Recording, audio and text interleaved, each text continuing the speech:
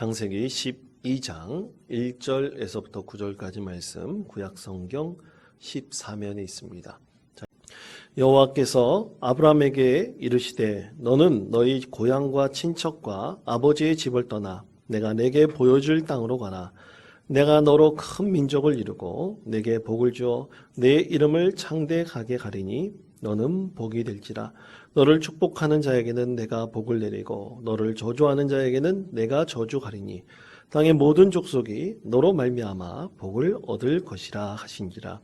이에 아브라함이 여호와의 말씀을 따라갔고 롯도 그와 함께 갔으며 아브라함이 하란을 떠날 때에 75세였더라. 아브라함이 그의 아내 사레와 조카 롯과 하란에서 모은 모든 소유와 얻은 사람들을 이끌고 가나안 땅으로 가려고 떠나서 마침내 가나안 땅에 들어갔더라. 아브라함이 그 땅을 지나 세겜 땅 모래 상수리 나무에 이르니 그때 가나안 사람이 그 땅에 거주하였더라. 여호와께서 아브라함에게 나타나 이르시되 내가 이 땅을 네 자손에게 주리라 하신지라. 자기에게 나타나신 여호와께 그가 그곳에서 제단을 쌓고 거기서 베델 동쪽 산으로 옮겨 장막을 지니 서쪽은 베델이요 동쪽은 아이라. 그가 그곳에서 여호와께 제단을 쌓고 여호와의 이름을 부르더니 점점 남방으로 옮겨갔더라. 아멘. 여러분, 제가 예전에 섬겼던 교회는 그 게르방이라는 선교센터가 있었습니다. 게르라는 말과 우리나라 방, 각 방 있지 않습니까? 거실, 방 이렇게 해서 그 방을 합쳐가지고 게르방이라는 선교센터였는데요. 이 게르는 나그네 또는 이방인이라는 뜻을 가진 히브리어입니다. 이 게르, 그 뜻을 찾아보면 낯선 마을에 살던 아주 가련한 이들을 상징을 합니다. 그 뜻을 가지고 있습니다. 낯선 곳에 와서 아주 불쌍하게 또 힘들게 살아가고 있는 나그네 이방인들을 말하는 것이죠. 그때 게르방에서는 세 지체들을 섬기고 있었습니다. 하나는 베트남, 하나는 몽골, 또 하나는 한족들이었습니다.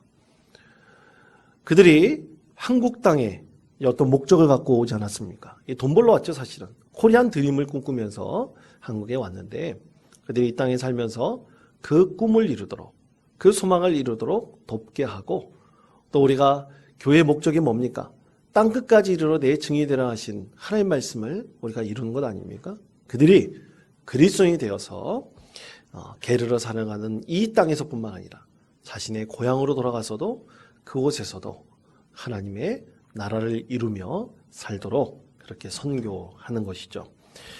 여러분, 그런데 성경을 우리가 쭉 읽다 보면 사실 성경의 역사는 나그네의 역사다라고 할 수 있습니다. 나그네란 말이 성경에서는 굉장히 많이 나옵니다. 이 게르라는 단어를 굉장히 많이 사용하고 있으면서 하나님께서는 이 나그네, 이방인을 선택하셔서 사실 하나님의 뜻을 온전히 이루어 오셨습니다. 그 중에 대표적인 사람이 바로 모세입니다. 여러분, 출애굽기 2장 22절 말씀, 화면에 있는 말씀 한번 보십시오. 제가 읽겠습니다. 그가 아들을 낳음에 모세가 그의 이름을 게르솜이라 하여 이르되 내가 타국에서 나그네가 되었음이라 하였더라. 아멘. 모세가 이집트의 왕자에 있다가 쫓겨나고 이제 도망자의 신세로 미디안 광야에서 이드로라는 그 사람을 만나서 그의 사유가 되죠. 그때 그가 결혼하여서 첫 아기를 얻었는데 그 이름을 게르솜, 내가 타국에서 나그네가 되었다, 그런 이름을 지었습니다. 하나님께서 나그네 된 모세를 통해서 하나님의 위대한 일을 이루셨습니다. 바로 그가 이방인 곧 나그네였습니다. 그러므로 모세로 대표되는 성경의 모든 역사를 보면요, 다 나그네들이 하나님께서 역사의 주역으로 세우셨음을 우리가 너무나 잘 알 수 있습니다. 오늘 말씀 가운데 있는 아브라함도 마찬가지입니다. 아브라함이 나중에 무슨 이름이 되었습니까? 아브라함이 되었죠. 한 가족의 아버지였다가 이제는 열국의 아버지가 되게 하셨습니다. 하나님께서 나그네인 자를 선택하셔서 하나님의 뜻을 온전히 이루셔서 그를 통해서 역사하신 것입니다. 게르였던 자를 하나님께서 세우신 것이죠. 자, 창세기 11장 31절에서부터 32절에 이렇게 말씀합니다. 자, 우리 말씀을 우리 다 같이 한 목소리로 읽겠습니다. 데라가 그 아들 아브람과 하란의 아들인 그의 손자 롯과 그의 며느리 아브람의 아내 사레를 데리고 갈대아인의 우르를 떠나 가나안 땅으로 가고자 하더니 하란에 이르러 거기 거류하였으며 데라는 나이가 205세가 되어 하란에서 죽었더라. 아멘. 그렇습니다. 여러분이 말씀대로 본다면 아브람의 진짜 고향은 어딥니까? 우르라고 하는 곳입니다. 갈대아가 참 많이 있어서 갈대들이 많이 있어서 그것을 갈대아인의 우르라고 별명을 지었습니다. 그것은 아주 비옥한 곳이에요. 물이 풍부한 곳입니다. 그래서 태초에 문명이 발생되었던 메소포타미아 지역에 아주 중심되는 곳이 이 갈대아 우르였습니다. 그런데 하나님께서 오늘 성경 말씀에서 뭐라고 말씀하십니까? 데라라는 이 아브람의 아버지는 그의 가족들을 이끌고 어디로 이주했냐면 하란이라는 곳으로 이주했습니다. 오늘날 따라보면 이 우르는 서울 이 수도입니다. 그리고 하란이라는 곳은 이 광역시예요. 특히 서울에 가까이 있는 인천 정도라고 말할 수 있습니다. 이것도 유브라데 강에 지류가 흐르고 있기 때문에 하란은 굉장히 좋은 땅이었고 또 많은 사람들이 이 지중해 쪽으로 가려면 꼭 하란을 거쳐가야 됐습니다. 그래서 그 하란은 많은 사람들이 모이고 상업이 발달한 고대 도시가 되었습니다. 그 살기 좋은 곳에 이 데라가 가족들을 이끌고 그곳에 정착하였던 것입니다. 우르에서 떠난 나그네였던 게르였던 데라가 그의 가족들이 하란이라는 곳에 정착하여서 이제 그곳에서 번영을 이루며 살게 되었던 것이죠. 이렇게 하나님께서는 데라의 가족들이 하란에서 정착하고 사는데 하나님께서는 아브라함에게 다른 곳으로 가라고 말씀을 하십니다. 자, 창세기 12장 1절의 말씀입니다. 창세기 12장 1절의 말씀 우리 다 같이 한 목소리로 읽겠습니다.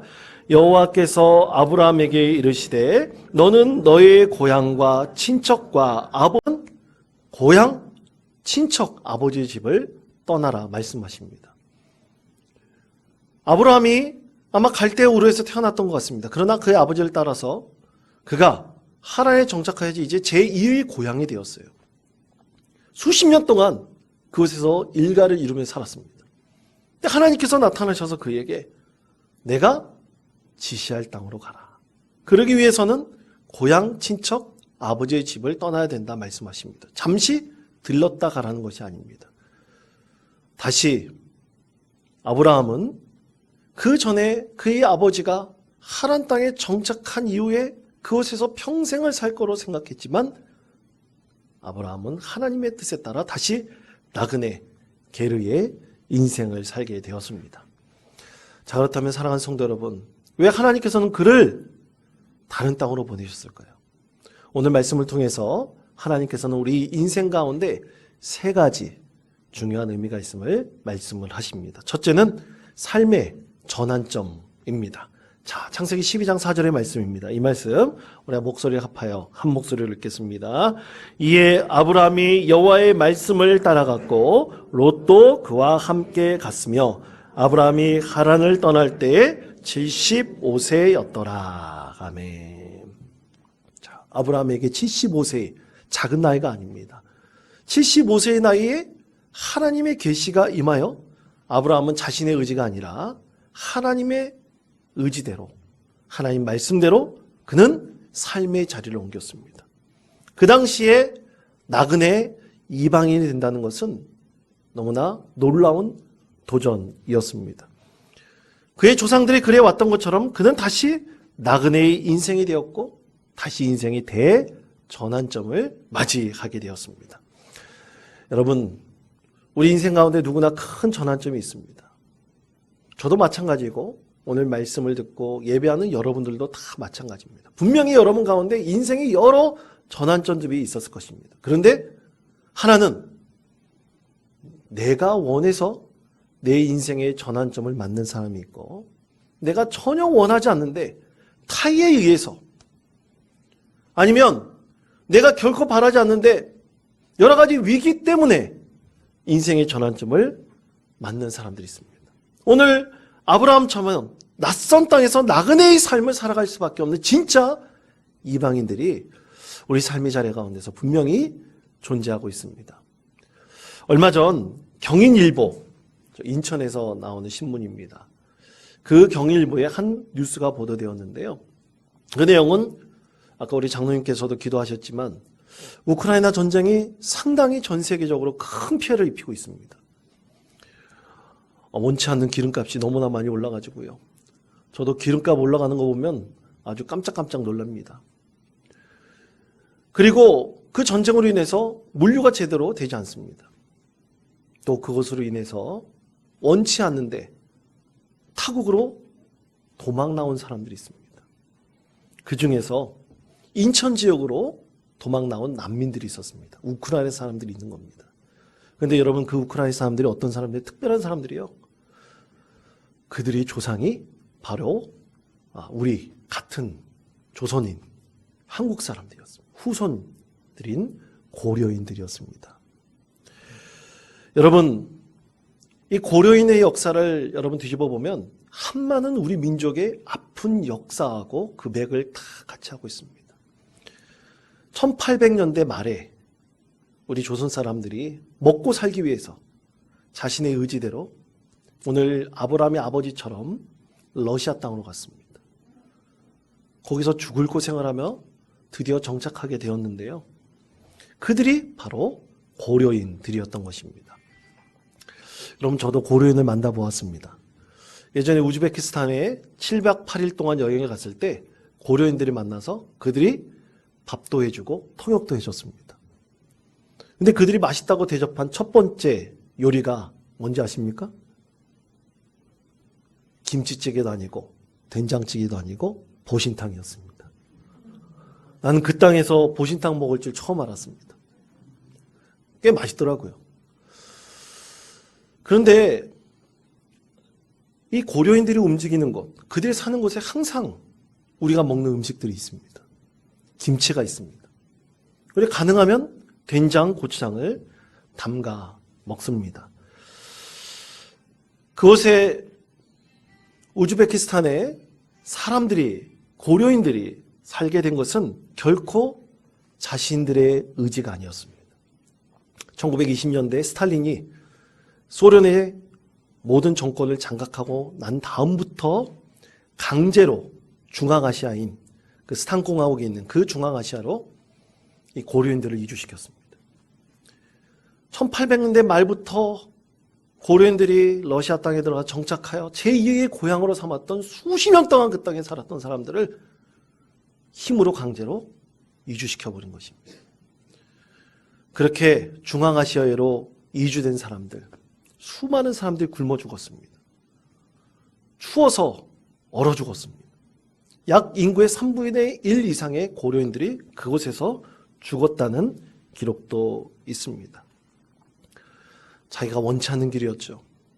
그러나 그들은 자신이 원치 않는 인생의 대전환을 그렇게 남에 의해서 맞게 되었던 것입니다.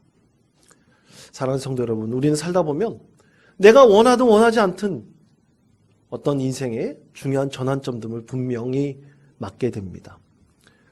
지난주 우리 교회에 등록하셨던 새가족도 마찬가지입니다. 이제 인생의 새로운 전환점을 맞게 된 것입니다. 또 새로운 직장을 얻어서 새로운 삶을 시작한 형제 자매들이 있다면 그들도 마찬가지입니다. 그런데 여러분, 자기가 진짜 원해서 직장을 얻은 사람들이 있지만 자기가 원하지 않는데도 할 수 없이 그 일을 하는 사람들이 분명히 있습니다. 그 가운데 우리 믿음의 사람으로서 반드시 고백해야 될 것은 내가 원하든 원하지 않든 인생의 대전환 가운데서 반드시 그것을 이루신 것은 바로 우리 하나님이시라는 사실을 여러분 굳게 믿으시기를 바랍니다. 하나님께서 그렇게 하실 때 반드시 하나님께서 그렇게 하신 분명한 이유가 있습니다. 여러분, 그것이 바로 두 번째인데요. 그것이 바로 꿈과 소망입니다. 여러분, 우리가 어떤 일을 하든 간에 인생의 대전환점에서 얻는 것은 꿈과 소망입니다. 그것에 대해서 창세기 12장 6절에서부터 7절에 이렇게 말씀합니다. 자, 목소리를 합하여 다시 한번 이 말씀을 읽겠습니다. 아브라함이 그 땅을 지나 세겜 땅 모래 상수리 나무에 이르니 그때 가나안 사람이 그 땅에 거주하였더라. 여호와께서 아브라함에게 나타나 이르시되 내가 이 땅을 내 자손에게 주리라 하신지라. 자기에게 나타나신 여호와께 그가 그 곳에서 제단을 쌓고. 아멘. 자, 아브라함에게 하신 말씀은 내가 네 자손에게 이 땅을 주리라 말씀하셨습니다. 여러분, 혹시 지나가던 사람이 탁 잡고 내가 당신에게 내가 있었던 땅을 주겠습니다, 집을 주겠습니다, 그럼 여러분 어떤 마음이 드시겠습니까? 왔다 복권 받았다 그렇게 생각하실까요? 그렇지 않습니다. 엉뚱한 얘기처럼 들리고 황당한 얘기처럼 들리죠. 근데 하나님께서 나타나셔서 아브라함에게 이 땅을 내 자손에게 주리라 말씀하신 것입니다. 그 말씀에 의지하여 아브라함이 그 모든 터전을 다 내려놓고 그것을 떠나 게르 나그네가 되었습니다. 여러분, 분명히 그 나그네가 되었을 때 가나안 땅에서 어떠한 일이 일어날지는 아무도 모릅니다. 그의 인생의 미래는 도저히 어떤 일이 일어날지 도저히 감당할 수가 없을지도 모릅니다. 그러나 하나님께서 이 땅을 내 자손에게 주리라. 어떤 지나가는 나그네가 한 사람이 말한 것이 아니라 하나님께서 아브라함에게 말씀하셨다면 분명히 하나님께서 그 가운데 분명한 하나님이 뜻이 있다는 것입니다. 그것을 발견해 나가는 것이 바로 우리의 꿈과 소망이 됩니다. 하나님께서 그 미래에 어떤 일이 일어날지를 분명히 알고 계신 것이죠. 그렇게 아브라함도 하나님의 말씀을 듣고 가나안 땅에 가보니 마음에 이제 조금씩 변화가 생기기 시작했죠. 그가 살았던 하란 땅보다는 못하지만 그래도 비옥한 땅이고 그래도 그 땅 가운데 살아갈 꿈과 소망이 생기기 시작했습니다. 언제부터 생기기 시작했을까요? 여러분 7절 말씀을 보십시오. 7절 말씀에서 이렇게 말씀하십니다. 여호와께서 아브라함에게 나타나 이르시되 내가 이 땅을 내 자손에게 주리라 하신지라. 자기에게 나타나신 여호와께 그가 그곳에서 무엇을 쌓았다고요? 제단을 쌓았습니다. 제단을 쌓고 하나님을 예배하기 시작하면서부터 꿈과 소망이 생기기 시작했습니다. 그리고 그것이 실현되는 것을 조금씩 목격하게 되었습니다. 여러분, 그렇습니다. 그리스도인들은 이 예배하고 하나님께 기도의 제단을 쌓음을 통해서 우리가 어떻게 됐건 원치 않는 나그네의 인생을 살아가는 간에 하나님 그 가운데서 꿈을 주시고 소망을 주십니다.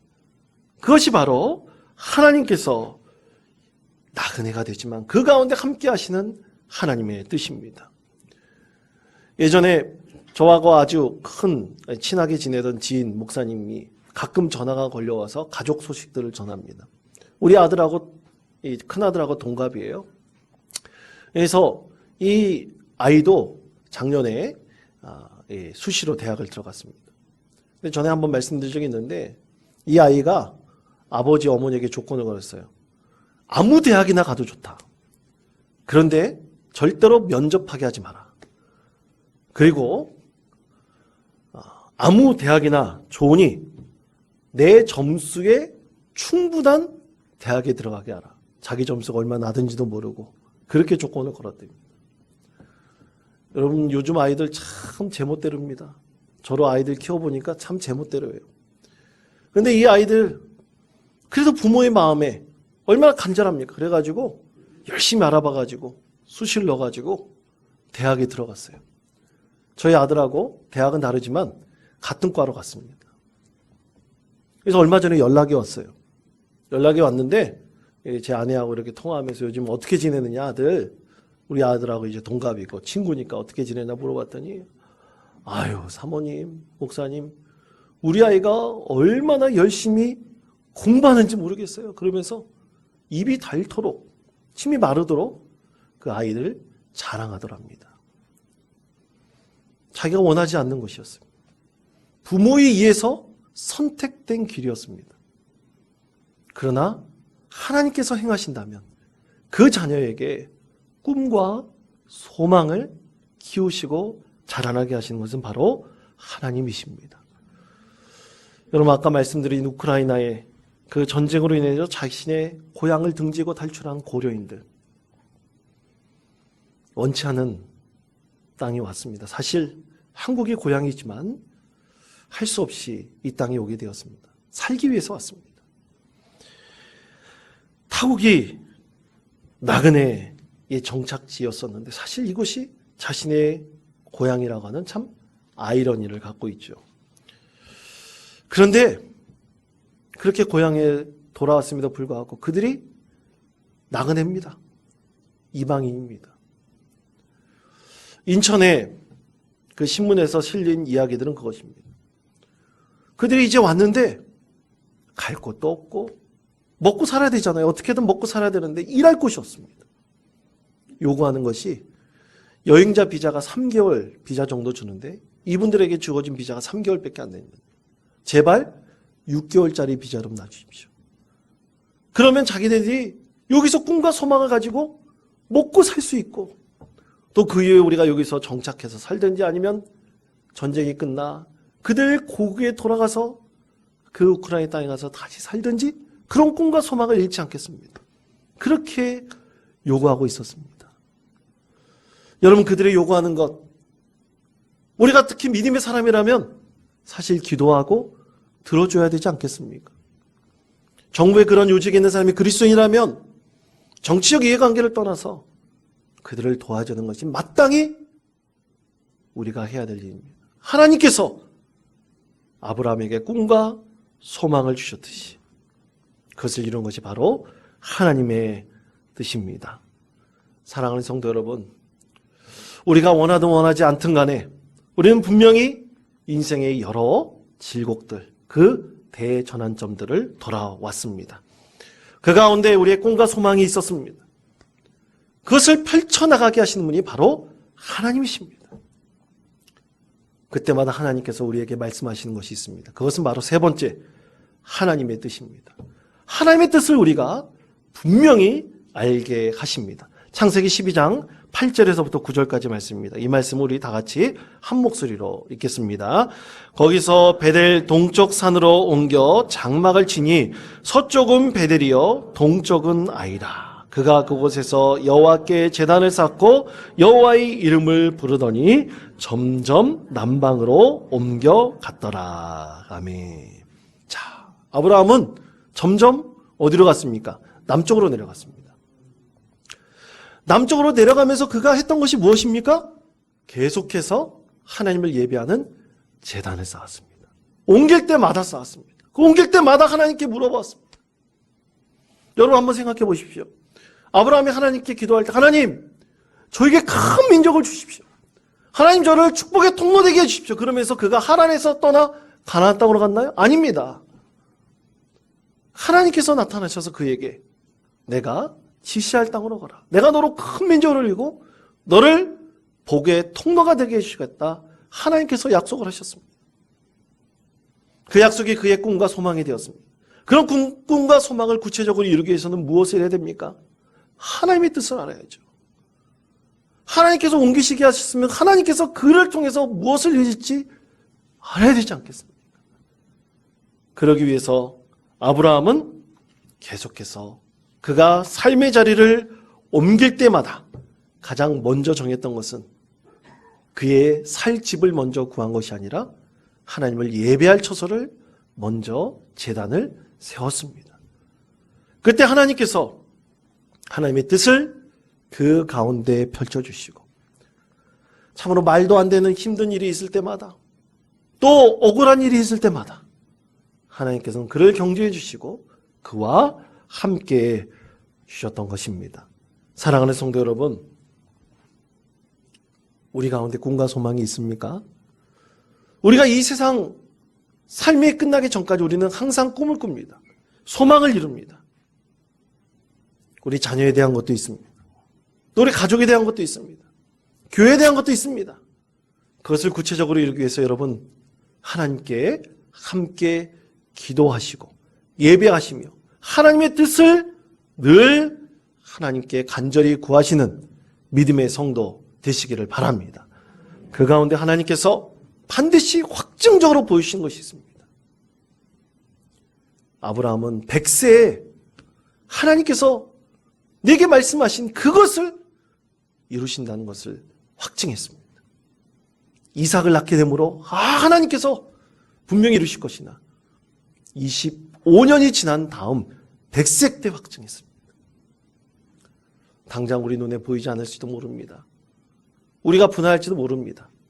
그리고 흔들리는 믿음 가운데 있을지 모릅니다.